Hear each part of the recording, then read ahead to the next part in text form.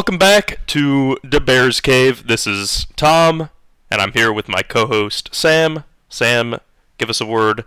What was the word about this week's loss to the Arizona Cardinals? 29 or 9 to was it 9 to 29? Something like that. Bad. 9 to 29. But to give one word about that game, deflating. Just we were deflated playing. Feels like the team is just deflated. All of our energy is gone. It was not a fun one to watch when it needed to be. Yeah. And we have a lot to talk about this week. It honestly felt like this may have been a turning point for the season, so there's a lot to get to. First, I'll open my beer. Cheers, my nice friend. cheers. If you're drinking at home, or if you're at home, drink along with us. We are Bears fans. We need it. But I think the topic of this episode for the week, in my opinion, should be about the development of Caleb Williams and what we are doing wrong. Absolutely. Because I'm just going to start off, just start off with it, because Caleb, first off, I think first quarter, Caleb Williams, like first drive, first two drives, I think Caleb Williams did very well. I think he looked awesome. I don't know if you, Right. if you feel the same, but I mean it, and then it kind of spiraled out of control. And he had something like a 50% completion percentage that game. He had, I think he overthrew, or he missed a bunch of targets, and is now like probably the first. I think he's the number one or number two leader for missed targets of the season, which is not a good stat to have. Yeah. And this is not, and just when you're comparing him to other QBs around the league, you're not comparing him to Stroud, Love, Jalen Hurts, Patrick Mahomes, Geno Smith, Jared Goff. You're not comparing him, Lamar Jackson. You're not comparing him, Jaden Daniels, even Drake May. You're not comparing him to those guys. You're comparing him to people like Daniel Jones, Bo Nix, who are in a horrible system and do not have the weapons that Caleb has. Now, this is not an indictment on Caleb. Caleb had as great of, if not more, he went first overall, so he had, from so many perspectives of scouts, recruiters, he had the most potential and the most talent coming into this draft. So he should not be, Absolutely. and he's not going into a bad situation, at least receiver-wise. Definitely not defense-wise. Although, with the injuries, that has kind of been the case. He's coming into a very bad situation offensive line-wise, but I think the coaching is starting to fail Caleb Williams. I think Agreed. There's growing pains, but I don't think what we're seeing is growing pains. I think this could be signs of actual regression, which is horrible, which is not what we want to see. For this season, number one, I wanted Caleb Williams to develop, and number two, I want to win. If we can't win, I want Caleb Williams to at least develop, and I don't know if I don't think he's developing right now. What do you think, Sam? Yeah, it just has looked not good lately. Of course, as a rookie, you're going to have ups and downs, but it kind of feels like it's been a few down games in a row after the ups. And also, it felt like this was a game where we needed him to step up to the plate. And of course, the rookie is not always going to do it, right? There's going to be games where he plays bad. But it really feels like there's something bigger wrong with the offense as a whole. And it didn't feel like just a rookie bad game. To me, a rookie bad game looks like, Week 1. maybe 17 for 30 with like 3 interceptions, 2 touchdowns, something like that. And like a good amount of yards, but you make some bad throws, you throw some interceptions. It's not really what we're seeing from Caleb. It's just a lot of plays that don't work. And don't make sense. For whatever reason, whether it's he misses the target, no one's open, he just gets sacked right away, it doesn't seem to work. And I couldn't put my finger on one thing. I think a lot of people blame the offensive line, and I think there's some blame to go there, of course. We don't have an amazing offensive line, but it really seemed like Arizona was just... They held the tempo of the game the whole time. Their defense was like dictating what our offense did, and nothing we did worked after the first like 2 drives or whatever. Yeah. It really felt like every third down we were just doomed, because they would just send a blitz and we couldn't pick it up, and they would get to Caleb, and he just didn't really have any hope. And to me, that falls on the coaches, which is where I think things are really bad. It's just a whole bad look from offensive coordinator to head coach, and that's to me what really was the worst thing about this loss, is that it felt like a well-coached, motivated team comes out and plays good after the devastating Washington loss. The Washington loss, I didn't feel like those things happen to good NFL teams. Yeah, of Like course. the Chiefs could have lost that game. That kind of thing happens, right? Whatever. But it's how do you bounce back? Like, how do you get better? And it just felt like there was no energy. Yeah. It felt like once one thing went wrong, the whole team gave up, and which I know that isn't true. That's just how it looked, but it was all sorts of bad news from top to bottom. But bad news Bears. You mentioned how their defense was kind of dictating the tempo of the game, and that's absolutely true.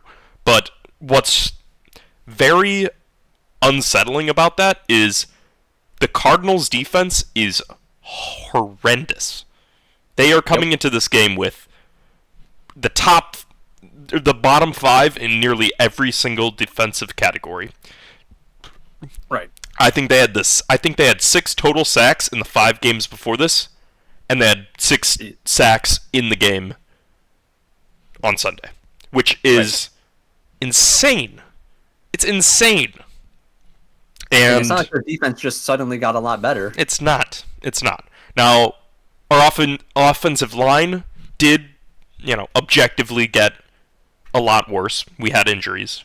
Yep. And that's not good. I mean, we had some people coming back from the IR, Larry Borum and Ryan Bates. Right. I mean, but honestly, like, especially on the left side, the offensive line looked horrible. It just, Caleb did not have any time to really just, I mean, and when he did have time, he was not comfortable. And the thing is, this whole offensive line, it is messing with him. It's fucking up his internal game clock. His tempo, right. Yes, you can see that when he's playing. Yeah. You're rushing more. You're trying to go too fast. Yeah, you're like, okay, I everything's collapsing around me. Is someone gonna deck me in half a second? I have to like get it out quick, or it's and that's mess. I feel like that's can potentially ruin a quarterback. And Absolutely. I want to talk about the past for a second. There's still a lot to talk about, but Right.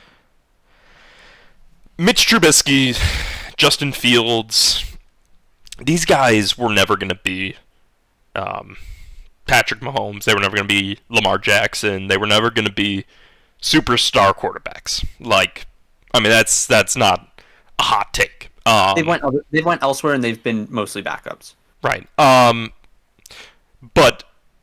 it's undeniable that the Bears organization has ruined these young men, their careers in football, and I think it has completely stopped them from ever reaching their full potential as Absolutely. quarterbacks. And Totally agreed. I'm nervous that we are going down the same path as them. Um, and I don't know how to coach a quarterback correctly. I Yeah. saw Hard Knocks. I'm like, this looks good. I mean, it looks like they're developing Caleb the right way. It looks like they're learning from their mistakes from Justin Fields.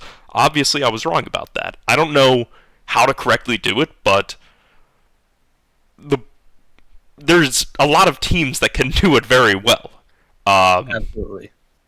and I feel like us being cheap with hiring coaches or keeping quality control of coaches, or whether it's just being too, I don't know, kind-hearted with your staff. Like, I like this guy. He's a good person.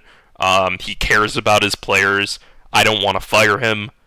That is the kind of mentality that is going to ruin your franchise and ruin the young player that are working that the young players that are working under you. Um, I Absolutely. don't think Matt Eberflus is good for this team at all. I think he is genuinely destroying the team, and I don't think I think what Shane Waldron's play calls and schemes are horrible. Keenan Allen is being used for long routes when he's a short down player. He's not the guy to go on these long verticals. He's a slant Especially, runner. He's especially as in his older age. yeah. He's a technician. Yeah, That's and his he strength.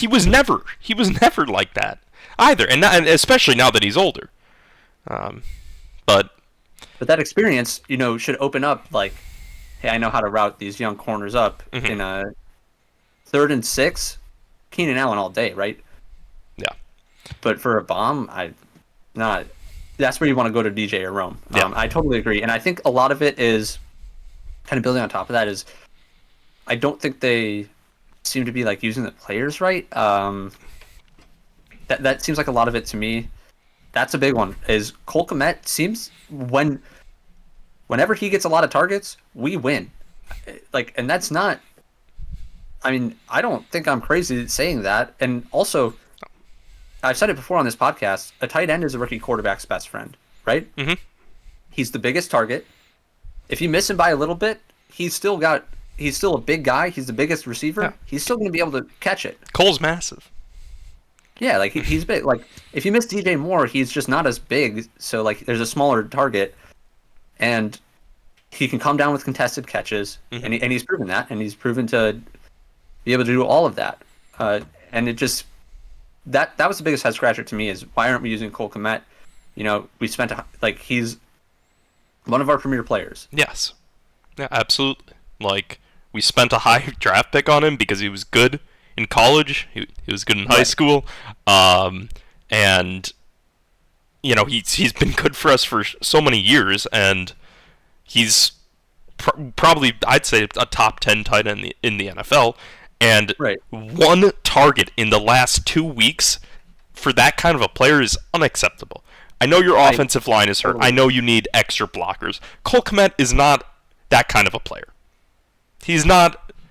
I mean, he can be a distraction, but for a distraction for 2 games in a row, that's not right. And I think that we're seriously. I mean, I think Caleb needs to realize this, that there's agreed. a lot of short yardage you can get. You don't have to go through for these long plays a lot of the time when you have someone like Cole, DJ, Rome, Keenan. They're wide open. It closer within 10 yards. You don't need to go for a longer play when you don't have to. Absolutely. No. I do think that not using Cole Kmet is probably the number one issue. When you have a player who is a mismatch, is a quality player, that seems to be the number one issue. I would say the number two issue, as far as like receivers and like who we're targeting, is what's going on with DJ Moore. It feels like there's something totally off with him, Yeah. and I know based on a lot of the reports or like the media stuff, and like I don't watch like every interview or whatever. But based on everything I've seen as a pretty dedicated Bears fan, it seems like DJ Moore was a Justin Fields guy, Absolutely. Yeah. which is fine. but I feel like you kind of gotta move on, right? It's like that, like DJ Moore, that is above your pay grade, Yeah. right? And whatever you think about Justin Fields, I mean, even if he was way better, right? Even if Justin Fields was significantly better, but we still had the same record, right? You got the number one overall pick from the Carolina trade. I mean, you're taking Caleb Williams every time, unless you got Pat Mahomes or Josh Allen or Lamar Jackson. Mm-hmm. I mean, outside of those three and maybe a few others, you're taking Caleb Williams no matter what. And like, tough luck, Justin Fields, like, didn't work out. Like, and I'm sure like that's DJ Moore's friend, and like that sucks. But like, it feels like there's something weird going on there with DJ Moore. It felt like he was such a good team player last year. Yeah. And like, he was such like a heart of the team that was kind of how it felt. And like he never gave up when things got tough. And it's like, why? That's very confusing to me. That's something I've kind of been wondering is like what's going on with DJ Moore? Like, it always seemed to me like he was the type of guy who would always try hard. He would always be all in. But it seems like that hasn't been there. Is it because Odunze is getting a lot of targets and Keenan Allen's taking the targets? But it never seemed like he was a diva like that. Like, I want your opinion on like the whole DJ Moore, like what's going on with him. Yeah, I got some opinions on it. I did mention something about him walking off of a play last week that I saw. Apparently he did get like he rolled his ankle on that play and like he was like limping off. And you know I can excuse that. I mean, I didn't notice it that I didn't notice that the first time. And you know if you roll your ankle, I don't want you to keep running. But right. I do agree. I feel it's really weird. And it's not something I saw last year at all. I always thought he was a really, really key part of the team. He was very motivational. I feel like him and Justin Fields had a great chemistry. And I'm not seeing that right now with Caleb and DJ. And I'm not talking about on field. There's definitely stuff to talk about with that on field stuff, but I don't know. It feels really weird. And when we talk about the on-field stuff, I don't know if you watched the kind of media press conference today with DJ Moore and Caleb Williams talking, and just kind of why their chemistry isn't linking up. I mean, he's saying like they got to find a middle ground on how to, you know, link up or how to make sure these passes get completed. First off, it's week 10. You've had so long to do this. You got a rookie quarterback. I understand that. But you had a very long off season. You should be, first off, you should also be helping the kid. I mean, he's not going to be as experienced as Justin Fields. He's not going to be able to know how to talk with NFL wide receivers the same way Justin Fields did off the bat. He's not going to know how to kind of communicate what he wants to happen right off the bat. You need to be the one to take charge, and you are a team captain. You should be doing that regardless. I don't see him taking enough initiative or him kind of having Caleb's back whenever he speaks in these press conferences. And I don't think that's a good look. And, you know, I really hope this is just kind of an outside thing. I really hope on the inside they're, you know, hanging out after practice. They're going to, you know, film rooms, just studying it together. They're thinking up plays on their own. I hope that's the case, and that could be the case. But from an outside perspective, things look really bad between the two of them. And Shane Waldron, I don't care if these two killed each other's families. You step in there and you find some way to make them link up. You got to find a way to, you know, okay, this is what's going to happen. This is what's going to happen, and it's going to happen. I feel. Agreed. I think we need to dial up more plays that are like intentional for DJ Moore because he is our best offensive player. If I'm not mistaken, he makes the most money. Yeah. He's got the biggest contract. Yeah. So, right, you're supposed to be the best offensive player. That's supposed to be your job. Let's dial up some plays for him. Whether it's screen passes or like slants to get him the ball in open space. or if we're gonna say, hey, this play, no matter what, throw it deep to DJ Moore unless he's triple covered. Let's dial up more of those. I don't see a lot of those, and that seems to be where he has a lot of success, right? Not that I want a ton of screen passes, but like just get the ball in his hands, and Hmm. he is a Pro Bowl caliber player. He's gonna make guys miss. He's gonna make big plays, and it doesn't. It feels like most of our plays aren't really designed for one player, and it could be like overwhelming for Caleb. Is how a lot of it seems to go, and then it's like his default is Rome, which is great. I love that he has an amazing connection with Rome. Yeah, and the Rome connection is developing Awesome, very well. I think I've great, started him the last 2 weeks in fantasy. I've been getting very very nice returns. I started him over Marvin Harrison Jr. and got a net plus like 11 on that. So that was right. very awesome. But Yeah, Rome's been killing it. yeah, Like let's get DJ more yeah, involved. Let's absolutely find a game plan where he's getting. I mean, he should be getting at least what 8 targets a game minimum. minimum. I mean, if we're throwing 30 passes, right, 7 or 8 of those minimum should be going to DJ Moore. Yeah, He's the marquee player on our offense. Like I said, he's got the biggest contract. He should be getting the biggest workload, at least in terms of like targets and plays drawn up for him. yeah. Right. And there are It- plays that I see where like he's he's gotten open. And I don't know if that's Caleb not reading the field correctly or just the play not being designed to pass to him. Um, Mhm.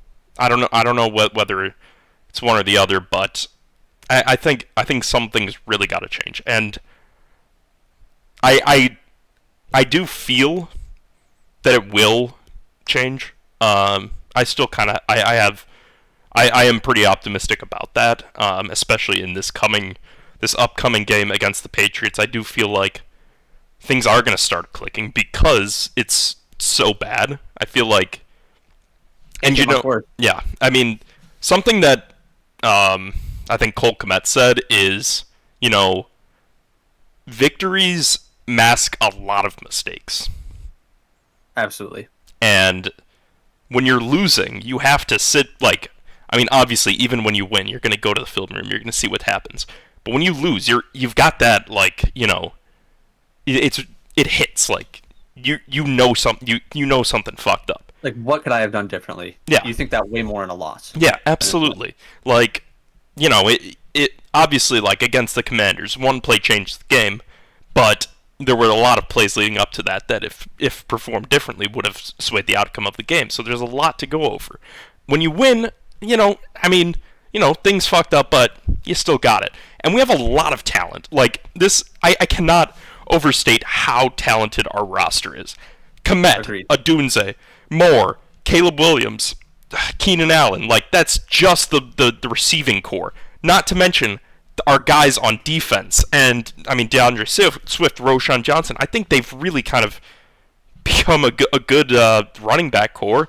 I mean, we got Montez Sweat, Jervon Dexter, Kyler Gordon, Jaquan Brisker, Our secondary is elite. Jalen Johnson, yeah, Kevin Byard the third. I mean, I know a lot of these guys have suffered injuries especially on the defense, but this is a very talented roster, and I don't. People were saying Caleb was coming into an amazing situation, and I still think that's true. I don't think the offensive line is good at all. I don't think that's a good situation. I feel like that's probably the most important situation. But you've got to get someone that knows how to actually harness all this talent and be able to direct it towards multiple Super Bowl championships, because this is a Super Bowl caliber foundation. Right. I mean, I will say, I think there's a chance, and I'm not a big doom guy. I'm a very big optimism, I like the Bears, and I like to be optimistic. I like to think happy thoughts about them. It's just a hobby of mine that I like the Chicago Bears, right? Yeah. I hate to be like all doom and gloom, but I think the worst mistake the Bears might have ever made and could prove to make is not firing Eberflus and hiring Jim Harbaugh. Because Mhm. Jim Oh Harbaugh, yeah. if we offered him a contract, the same one as the Chargers, he would have chose us. I mean, he played here. He played under Ditka.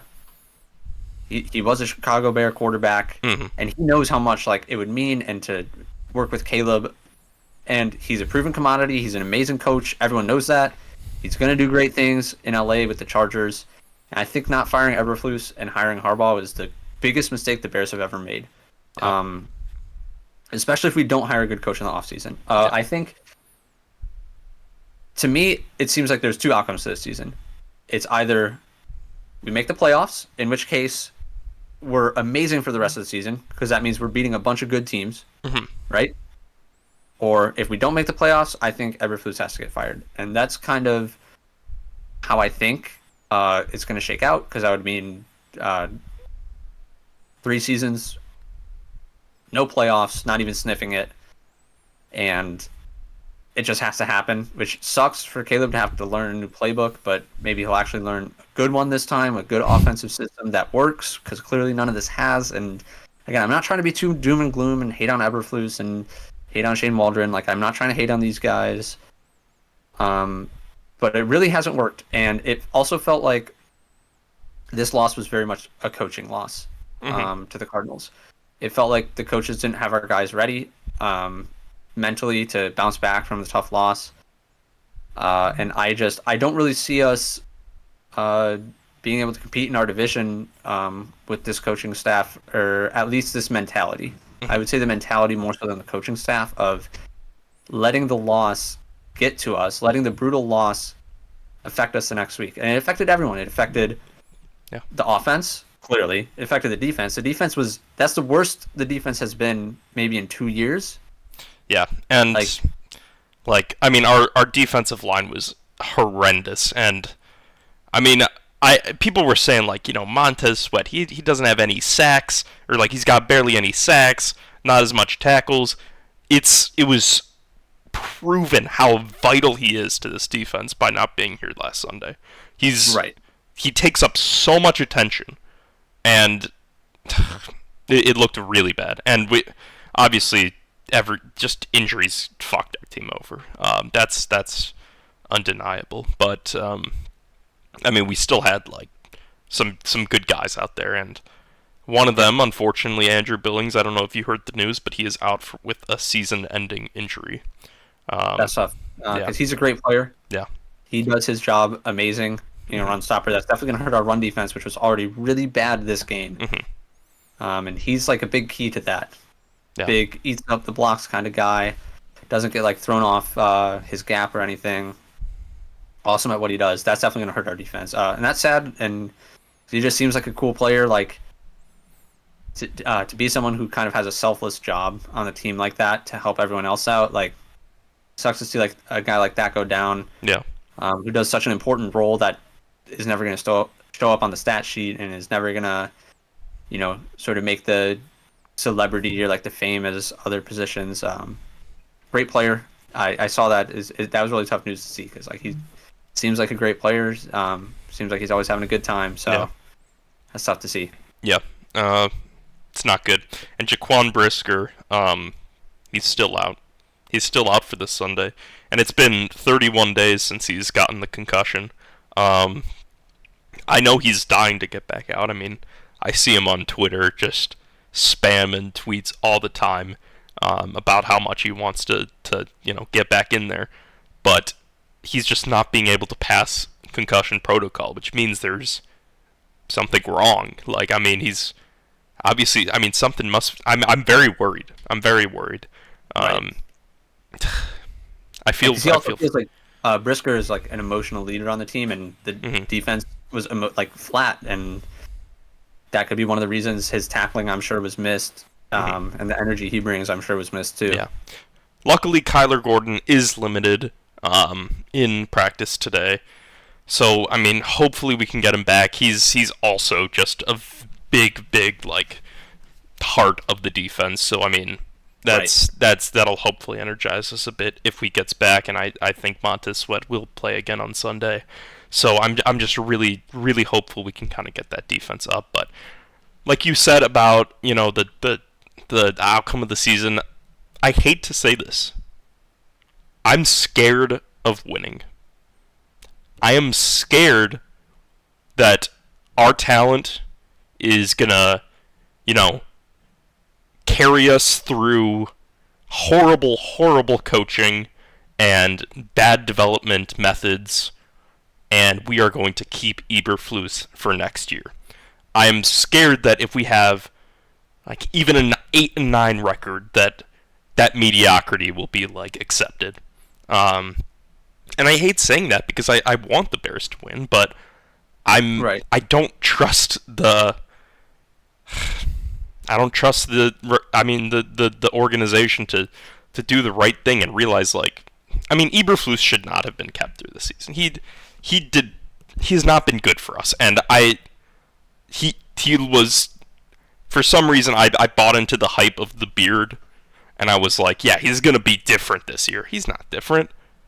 He's still the same guy, and he's losing the locker room, and honestly, I don't listen to him talk anymore because every time he speaks, it is just the same nonsense over and over, deflecting questions, just he really is starting to he's pissing me off. I don't think he's right for the team. Yeah. I think first off, I think we need an offensive guy. We need an offensive head coach. Mm-hmm. I think that's what we need first and foremost. I mean, I said it before the year. I think I might have said it on this podcast. It's like, I don't care if we lose games 35-31. Yeah. Right? I will never be mad at a loss like that.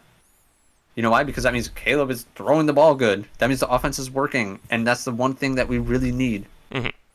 Right? I wouldn't be mad. I'd be like, okay, the defense sucks and that's tough, but we've got our guy. But whether coaching or it's a problem with Caleb, there's something wrong with the guy who's supposed to be the franchise savior. And that should have been where we put every ounce of our energy, and we didn't do that. The Bears didn't do that. They didn't put their kind of money where their mouth is about having a great quarterback. They didn't hire an offensive coach. They didn't do everything they could. Is kind of how I feel. I mean, like, yeah, the trade for Keenan Allen and drafting Rome, good moves. Yeah, it wasn't enough. And I've seen this song and dance many times in my life as a Bears fan. It's like, the offensive coordinator matters so much, and we got someone who was a reject from Seattle. As much as I hate to say it, you know, I'm sure Shane Waldron maybe could go somewhere else and be successful, but we just need an offensive head coach is what we need. We need to hire Ben Johnson from the Lions. I don't think that's an unpopular opinion. No, it's not. Yeah, absolutely. You need someone like that. Whoever it is, you need someone like that. Yeah. If we hire another defensive head coach, Caleb Williams is going to be a bust, and it's not his fault. No, it's not. And, you know, we shouldn't... We should have really learned. Like, we should have had a new head coach that was offensively minded. I think Ben Johnson would have been amazing to get. I think there's a lot of reports that he would have, like, been open to this job in Chicago last offseason. And being able to get an offensive-minded head guy in here that can play call, and being able to do that on offense and also be able to understand, you know, just all the positions well enough to be able to teach and grow this, you know, young quarterback into what he needs to be for this franchise. I think we really should have done that. We didn't do it with Justin Fields. I'm not exactly sure, but we started him with a bad head coach and then fired him after the first year, and then same cycle that's been happening for quite a bit now. But, you know, just something like I'm kind of thinking about and pondering is, like, you know, I'm thinking about all of the best plays we've had this year, and it seems like every great play we've had, like big long touchdown or a big 50-yard pass or whatever it is, it's either DeAndre Swift makes like 3 guys miss, or Caleb throws an absolute dime into like double coverage that the receiver makes a great catch on. Mm-hmm. It's never like, oh, our guy is wide the fuck open and like it's this crazy play where someone just goes for a long touchdown. Other teams have those. Yeah. I guess you're right about it never being wide open. Still, my favorite play of the year is the Cole Kmet touchdown where It Oh was like yeah. the double fake screen to Cole downfield. I thought that was definitely Shane Waldron's best play of the Oh year. yeah. Um, Absolutely. yeah, I was like, I think after that play, I was like, for a brief moment, I was like excited about Shane Waldron being an offensive coordinator, as heretical as that sounds. Um, but we did not have many of that, obviously. Yeah, we Right. really don't have that many. Like, I mean, I've been watching like other games, like the Falcons game on Sunday. They got Darnell Mooney just wide open. Um, Saw that. yeah, that was a cool play. But yeah, we We we never don't got have Darnell that. Mooney wide open once while he was here. Yeah, yeah, that must feel very nice for him. And what I want to talk about now is the trade deadline. What we did, what we didn't do. Um, we made one move. We traded Khalil Herbert to the Cincinnati Bengals for a seventh round pick in 2025. Sam, what do you think about the our trade deadline moves? And do you think we could have done more? I mean, I think it was great of us to trade Khalil Herbert. Khalil Herbert's a great player. Um, I mean, I think just the running back market and a player. I think his contract's up after this year. You're only going to get a seventh out of a guy like that. Kind of take it or leave it. It confused me the whole year why he was never involved in the offense. So I'm glad he's going to go to a place where hopefully he can be involved in an offense because I do believe he is a starting caliber player or at least like a 1A or a 1B running back, like or at least the running back two on a team, not like on the Bears, where we were never using a talented player, Yeah. and couldn't find a fit for him in our offense, which is a dumb way to say that our offensive coordinator can't design plays around our talented players. Hmm. Which is kind of how I felt about Khalil Herbert because he is a talented player. He kind of plays the same role as DeAndre Swift, so I a little bit understand. Yeah. Um, but he's an explosive back. He's going to make big plays in Cincinnati. It's tough to see him go because he's been a bright spot on some dark Bears teams. And he's a good running back. He's great out of the backfield, and maybe that seventh round pick will be good and something. Um, I'm glad we didn't trade for anyone. I'll say that. We're not one player away. We're just not. We're maybe one coach away, maybe. But we're clearly not one player away. I felt we might have been that way a week ago. After this week, it's clear we are not one player away. At least not one that you can get at the trade deadline. So I'm glad we didn't make any moves. Just save all the draft capital for the offseason. But at the same time, I don't want us selling anything more than what we did because we've still got a great core of players that we should be building around. So overall, I like the moves. I'm glad Khalil Herbert gets a place to play, where he'll hopefully start and get some snaps that he should have been getting here.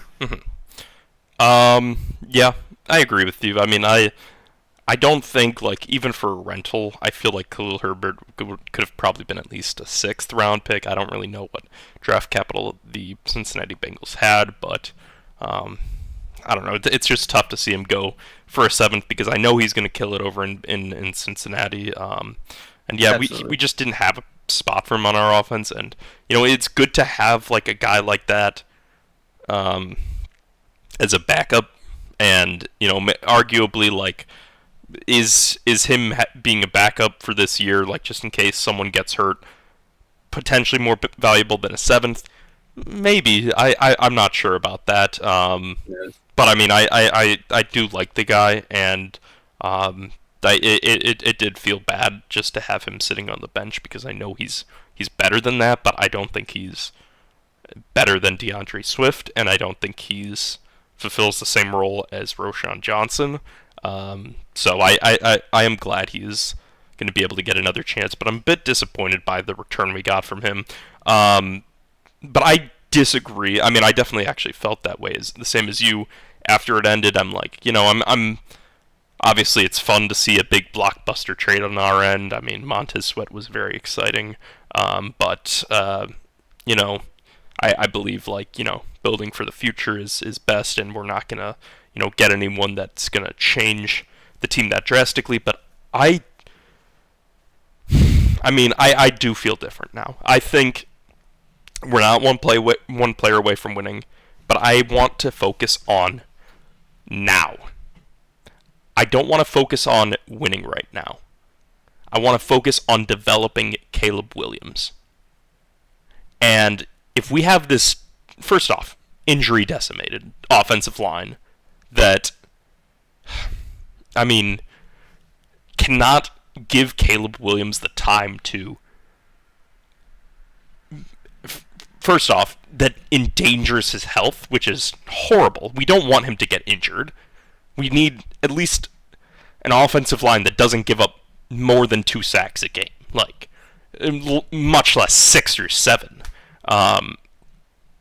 Then we needed to make some moves to bolster that. And I don't care if we're giving up some draft capital that would make our team objectively better next year, because right now, if we do not develop Caleb Williams the correct way, then it's going to damage us next year.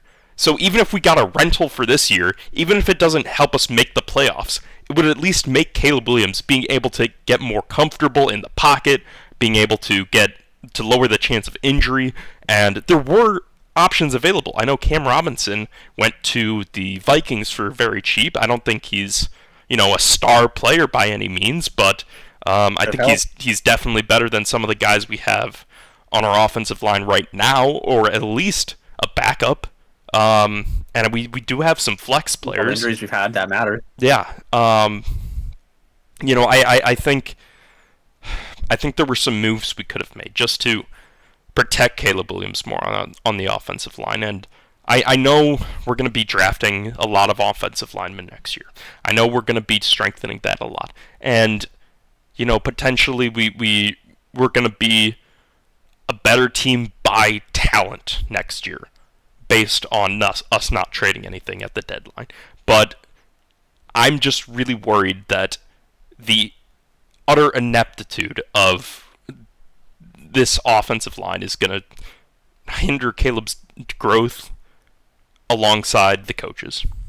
So that is my thoughts on that. I totally agree. And even if you're giving up good draft capital, I totally agree with that sentiment, and I think that's 100% valid. Because you think what happened against the Cardinals was bad? Yeah, imagine going against a good defense. Yeah, the Vikings and the Packers, which we have 4 games, or the 49ers. Not to mention the Lions. The Lions, I thought the Hutchinson thing was going to hurt them, but their defense still looks great. If Aiden Hutchinson is playing, all 3 of the other teams in our division have amazing defense pass rushes, specifically, right? The star players on all of the defenses in our division are on the defensive line. And you build to beat those teams. Mm-hmm. And it's we have to do something, absolutely. And you're right. I'm nervous that what's going to happen against those divisional games is going to be bad. It's going to be really bad. When we're going up against those really dominant defenses, because it's bad enough that we were inept against the Commanders and the Cardinals, who do not have good defenses. Mm-hmm. We dunked on the Jaguars. Okay, cool. That's nice. All right, but we're about to face some really tough tests, and I think it's good that obviously you want Caleb to be able to overcome adversity, but you don't want to be putting him through fire like this. It's very dangerous, and we're going down a bad path. I still think that we will come out of it. Next year we'll be a better team, and I also think it's not 100% that we're done this year. Now, I understand your point of view, where it's you're worried we're going to win some of these games and Eberflus will stay, and I think that's valid. But I'm also not giving up this year, at least on Caleb's development. That's the number one thing I'm looking for is, how is Caleb going to do better? How is Rome going to develop? How is the chemistry with DJ Moore and Cole Kmet? And is Keenan Allen in our plans long term? Mm-hmm. Those things are important. Those are important things we have to see this year. Keenan Allen is not in our plans long term, in my opinion. Right. I mean, obviously not super long term because he's probably, got a few years left of playing days. Um, And I don't think he should be in our plans long term. He is, for lack of a better term, overpaid. And I think he's a good player. I think he's, potentially even worth that contract. But we're I not don't using think him. I don't think for, you have a limited amount of money you can spend on players. Are we really wanting to spend $20 million on Keenan Allen when we can easily get two or three really good offensive linemen for $20 million total? Like, Right. Agreed. Offensive line should be the absolute number one priority of this team. yeah, in free agency and drafting. But Right. Maybe it definitely should have been more in hindsight a priority this offseason. yeah, I think I still really like our draft. Right. I Honestly, mean, I still think if I went and back and redid the draft, I think we honestly made the best choices possible. But and I'm saying that like I still think Caleb Williams, like if Jaden Daniels went here, he would not be succeeding as well as he did in Yeah, his 100%. Washington. That's the other thing people don't understand is like we've been through this. It's like it's the same thing. Like if Patrick Mahomes went here Yeah, instead of exactly. the Chiefs, like he He would would not be the not same be player. He would not be Patrick Mahomes. He might be decent.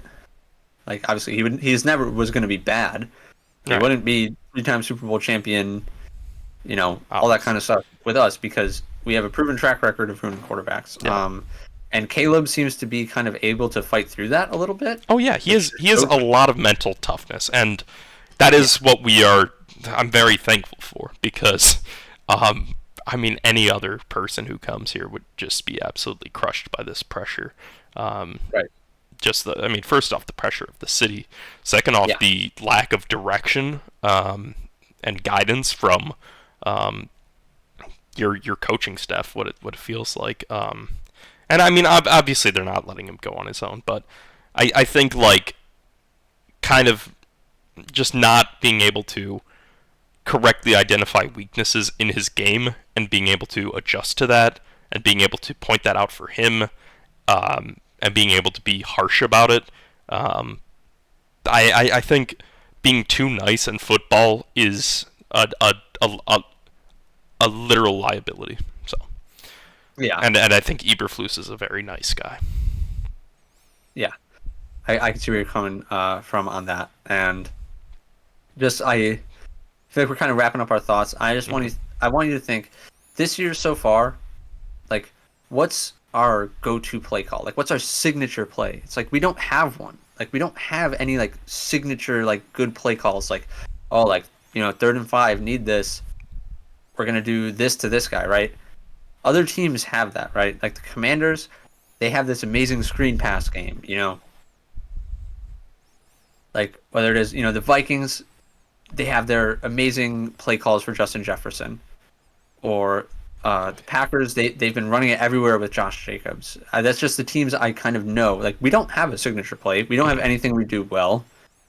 There's no one who's been outstanding, and that's not because we don't have outstanding players. Because we No, have it's not. outstanding players everywhere. Yeah, absolutely. So why do all of these players who we know can be great? Why are they all so average? And why is the best player on our offense out? Why is the best skill player? Why is it a rookie? When we have what 4 veterans who have proven to be Pro Bowl caliber players, why is the most productive player a rookie? Uh, doesn't make any sense, and there's a lot of questions that need to be answered. I do want to end this. Let's say predictions for the New England game. Yeah, I want to talk about the upcoming schedule as well. Um, I mean, I think we win. I don't think that's a hot take. I think if we lose, we may we may be popping the champagne about Eberflus getting Right. fired. If we lose this game, Eberflus has to get fired on the spot. I The think Patriots that's are thinking about the draft, right? yeah. I think that's. I mean, we know the McCaskies don't fire people mid-season. I think if we lose to the Patriots, we very well may have that happen, which is not. Yeah. I mean, because we talked before before the Commanders game was our first podcast, and we said, hey, it's pretty important that we win at least 2 out of 3 of these, and probably we need to go 3-0. Yeah. These next 3 games, and if we lose all 3 of them, it's just an abject failure of the season. Yes. Yeah. I would agree. If I was in McCaskey's, I would say, in my mind, I'm thinking, if you don't win this game against the Patriots, who, again, we are better than the Patriots in probably every single position on the field. Yeah, I mean, no except shade on the probably the coaching rebuilding. staff. Patriots fans, no hate on you. You won 6 Super Bowls. Yeah. Get over it. Your team sucks now. You're rebuilding. Yeah. Whatever. Welcome to the club. Yeah. But right now, our team is simply a better team than the Patriots. Mm-hmm. And if we lose, then that means there's clearly something wrong with the coaching, just in an unbelievably horrible way. But I think we will win. Yeah. I think we will win. Probably something like 23-10. Yeah. I think defense gets back on track. I think offense is okay, but still not great, which sucks. But I think defense will shut them out. I mean, defense is gonna take care of business. We're gonna bounce back. I think 23-10 is my prediction. Yeah. Yeah, 23-10 sounds about right. I think to really make a statement going into a divisional game, we'll need to score at least 30 to make a statement on even being remotely a threat to the Packers. But I think 23-10 sounds very reasonable. That's what it should be, if not more. Yeah. I mean, a good team absolutely whoops the Patriots. Mm-hmm. But we haven't proven to be that. And hopefully the injuries get better. I mean, if Kyler Gordon, I messaged you the night before the Commanders game when I found out that Kyler Gordon and Montez Sweat and Jaquan Brisker were all not playing. It was no longer about stopping their offense. It was not about stopping their offense anymore, because I believe when we are at our best, we could have held the Cardinals to pretty low. But the Cardinals have a good offense. That's undeniable, and they ran all over us. I mean, but first off, Marvin Harrison Jr., I think Jalen Johnson shut him down really well. I think that was a positive from the game. And that was a key of the game, that, he was the guy that their offense kind of is starting to center around. But, they obviously have a really good running back in James Conner who kind of ran all over us. And that kind of... That guy. Yeah, and especially with the defensive line kind of being shattered. Hopefully everything goes well this Sunday. It really needs to be a bounce-back game. I think we really need to make a statement. Or I think we need to make a statement, or the ownership needs to make a statement. One of those two things has to happen. Yeah. I think even if we go out and beat them by 1 point, I think that's a failure in my eyes. Agreed. Yeah. But, I think that's all the time for us here. Obviously not as fun of a session as we'd have liked it to be. I love getting on here, being able to talk about what amazing plays happened. But last week was kind of just disappointing from a lot of angles. There wasn't really anything too special to talk about. Right. Unfortunately. There were a couple good plays, but nothing that really warranted much discussion on here. And hopefully that changes. Right. Still excited about the Bears. I still love them. Yeah. Still my favorite team. I still want them to win. Yeah. Still love all our guys. Want everyone to be good. Caleb Williams could be a bust for the next 10 years, and I'd still follow them every Sunday. Unfortunately, that's just my life. And I'll be delusionally hopeful the entire time. But for now, I just needed to get some of this off of my chest with kind of just where I think the Bears are heading. Not that I'm thinking that this is definitive, but that I'm seeing sort of the warning signs of what happened to Justin Fields happening with Caleb right now. That just being coached in the incorrect way and just not being developed the way that he should be. And I wanted to kind of talk about that, and hopefully next week we can have a much more fun session. Absolutely. So I apologize to you, Sam, for kind of talking my head off this time, and I apologize to you, viewers, for all the doom and gloom. And you know, still looking up for us. But this is a point in the season that a 9-29 loss to probably one of the worst defenses in the entire NFL is unacceptable and signals something that needs to be changed. Agreed. Mm-hmm. Yeah. Sam, please give us some closing thoughts. Please give us some closure. Give us something to help us sleep easily at night. I wanna hear some optimistic news. Caleb Williams is going to win 3 Super Bowls. Bears defense is going to be the best in the league. Bear down. I fully believe that. Hell yeah, bear down. This has been the Bears Cave, where the Bears and Chicagoans go to dwell. I hope you have enjoyed listening to us today. I hope you have had a great night. And I hope next week we can come back, pop the champagne, and talk about an amazing, historical, the first 4-digit game in the NFL. Hopefully. I mean, like, I'm crossing my fingers. I placed the parlay. You know, we'll see what happens. Sam, thank you so much for taking the time to talk with me again today. And yeah, thank you all for listening. Have a great day. Bear down. Say it. All good? Say bear down. Bear down. Bear down.